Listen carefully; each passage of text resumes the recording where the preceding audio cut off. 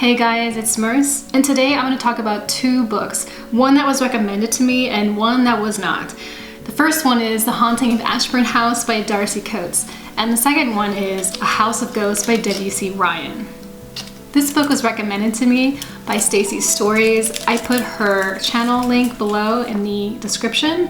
You should check her channel out. It's really awesome. She's super nice and sweet, and she recommended this to me because I made a post about how I love ghost stories, and she really did me a solid on this one.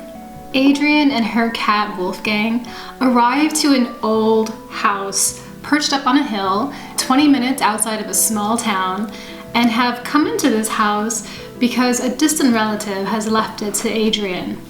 And it comes at a really good time because Adrian is broke and her and Wolfgang were looking at some really hard times. So when this opportunity came up and she was gifted this house, she saw it as a godsend. So she travels there by taxi. She realizes that, this is gonna be a little tricky because it's very far from town. It's very secluded and isolated. She doesn't have a car. She doesn't have any extra money. By the time she's left at her doorstep, she has $20 to her name. So she's like, what am I gonna do with 20 bucks? I guess I'm gonna go to town and get some super cheap food for me and Wolfgang, and we'll just figure it out as it goes on. She's a freelancer, so she thinks she has some money coming in at some point, but the house has no phone, it has no internet, and it only has power on the first floor. So things are already becoming to be a little tricky. How is she gonna maneuver this? If she was to walk to town every day, it's gonna be a pretty long and tiring walk. She's in a new place and she's exploring her surroundings a little bit. And she's just, she can't believe that this house has landed in her lap. And she also wishes that she could know more about her relative, but she doesn't know anything at all. She only has one distant memory, and that is of her and her mother fleeing the house when she was very, very young. She does go into town, she gets some food, and it's a very small town, so she realizes that everybody is really interested in her. They're interested in who's living in the Ashburn house and what type of person she is. 4 women do stop at the house and sort of bring a welcoming basket to her, and they're there to visit her, but also kind of more to see the house, because the house is like legendary. Everybody has their own ideas about what the house is about and the story of the family, and there's ghost stories and there's all kinds of just small town rumor about the house. So these ladies are just like, here's a perfect opportunity for us to get into the house. We'll bring some scones and we'll bring some tea, and everything will be fine.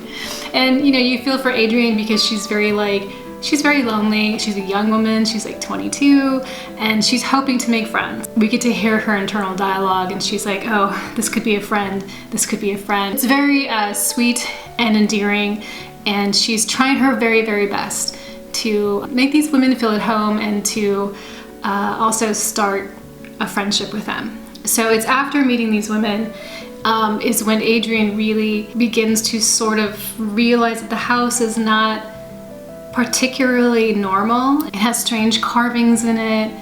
It has a dark and dingy hallway with these beautiful paintings that are painted very realistically, whose eyes follow you as you walk, So she's getting a little creeped out, but it's kind of not enough for her to be like, the house is haunted, because it's really nothing, and she's pretty cynical about it. But as time goes on, she starts to very quickly have to descend into this very desperate journey to try and understand why she's there, why her relative picked her, and how is she going to survive this house. Our character Adrian is super likable, and I was rooting for her so much because she's having to deal just with so many issues, just not having money. How is she gonna get to and from the house? How is she gonna get phone calls? How is she gonna work? How is she gonna check her bank account? How is she gonna do her job and send off documents and things that she's doing for freelancing when she has no internet? So she's dealing with a lot right away, and she's really trying to make the best of it. She's very Spartan.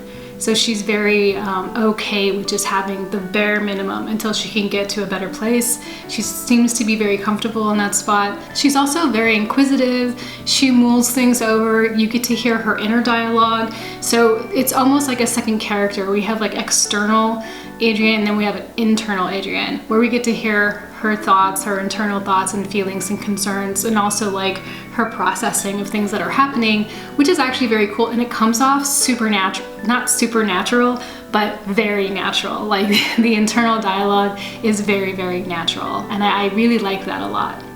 It felt like if I was just talking to myself, like it might be like that. And she's also very independent. She's figuring out things as much as she can by herself, and she's looking for help when she needs it. So that's a really good quality. The other character is Wolfgang, which is her gray fluffy cat, who's pretty cool. I don't want to give too much away about Wolfgang, but his little cat mannerisms and the way that he interacts with Addie is obviously, you know, the author has hung out with some cats, and he is manifested there very, very well. There's not a ton of world building here, but there is a world building of solitude, of being alone in a house that's isolated, and I think the author did that very, very well. This story takes place mainly in the house. So it's just Adrienne in the house, Adrienne and Wolfgang in the house, and the author does this very, very well, creating that sense of solitude, creating, you know, allowing the character to explore in kind of very intuitive ways that you would maybe explore a house, you know, by cleaning maybe, or just kind of figuring out like what things are and where they go. She also has her internal dialogue, which I talked about, and the internal dialogue along with her own, you know, other dialogue maybe with Wolfgang or whatever, and also interacting with the house. It feels definitely more full, and it really, really works. I don't usually like that much, but in this sense, or in this case, it does work really, really well. And one of the quotes that I really liked was, Adrienne sensed that she was a stranger to the window that must have seen the same face every morning for decades. And I think like that existential moment was just, there's a few of those that come through that sort of give you this feeling of emptiness, and that you don't really belong there. So in conclusion, The Haunting of Ashburn House is a fun read. It's an easy read. It really draws you in. It's well written, and it's everything that I wanted in like a nice, juicy ghost story. And you know, it has its own little spins on it here and there, which was really pleasant. Wolfgang, for instance, he was just so funny and so cute. And I think that he added a really nice quality to the story. The house in the book would just like pop up into my mind. It would just be like, I'd be doing something and then I'd kind of be back in this house. And I was like, oh man, I cannot wait to get back to reading that tonight. You know, I just felt really excited, and it was really fun. It's like sort of how like video games make me feel, you know, when I've been playing a game that I like, or I'm really enjoying a lot, and then like I have to get back to the real world and do real things, and that same just like, oh, I just can't wait, you know. The only thing that was totally implausible to me in The Haunting of the Ashburn House was when Adrienne claimed that her laptop could hold a charge all day. Safe to say, this is not going to be my last Darcy Coates book at all, and I hope that the next one I get is going to be just as good or better or as entertaining and fun, because I thoroughly enjoyed this. Alright, so this next book, House of Ghosts by W.C. Ryan, I'm not as happy about. Check out this book. It's a beautiful book. It's beautifully designed. It has all of this gold on it and on the back. It has a red interior, which is just really, really pleasing to me. And the illustrations are very nice. They're just, these engravings are really pretty. And there's even a map. All right, let's talk about that. Okay, so it's after World War I. Two agents, a male and a female, have been sent by the British War Department to a location called Blackwater Abbey. Blackwater Abbey is an isolated island. There's a family who lives there who own a weapons manufacturing plant, and this family is having a spiritual soiree for the weekend, and there is a guest list that's top-level suspects that they have in their files. So these two agents go there to try and find out who it is and you know, bring them to justice. So I have to tell you a little spoiler. I don't really even think it is a spoiler because it won't ruin the story because it has nothing to do with the story. And that is that it's called A House of Ghosts, but there are no ghosts. There are ghosts in this house. I know what I just said previously, but just hear me out. There are two characters who have the natural ability to see ghosts, and they do see ghosts, but these ghosts have nothing to do with the story. They do not have any interactions with anyone at all whatsoever. They are only brought up a couple of times, and they're just literally furniture to the story. That's it. Because this story is actually, it's a war mystery. It's not a ghost story. So when I got this book, I was under the impression that it was a ghost story. One of the quotes that I read was, "Atmospheric, entertaining mystery, offers all the pleasures of a classic ghost story." Not really.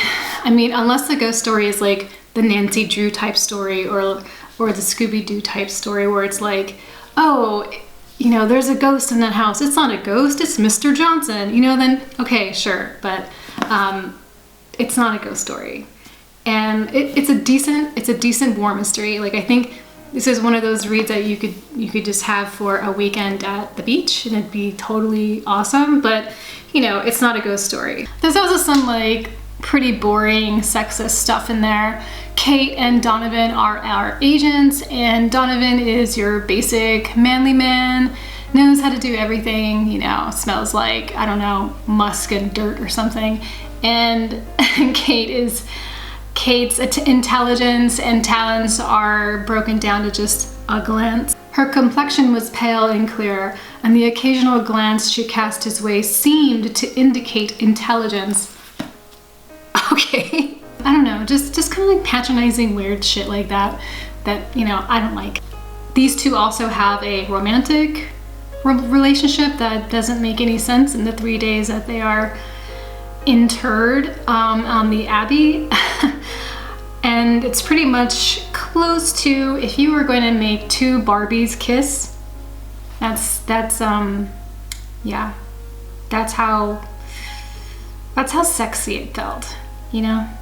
So in conclusion, it's an okay mystery. It's decent. It's good for fireside reading, as Mike Herron says here. It is not creepy. It's not beautifully written. It's not atmospheric. And it's not a ghost story, but it is definitely an entertaining mystery. So take it as you will, you know? That's all I got. Okay guys, that's it for me. 2 books, 1 recommended, 1 not, 1 loved, 1 not. I hope you guys have a really great weekend. I hope everything is going well for you as usual. Thank you so much for watching. And oh yeah, what is your guys' feeling about maps? Love them, hate them? I love them, but I would love them more if they were actually functional. But it didn't work here.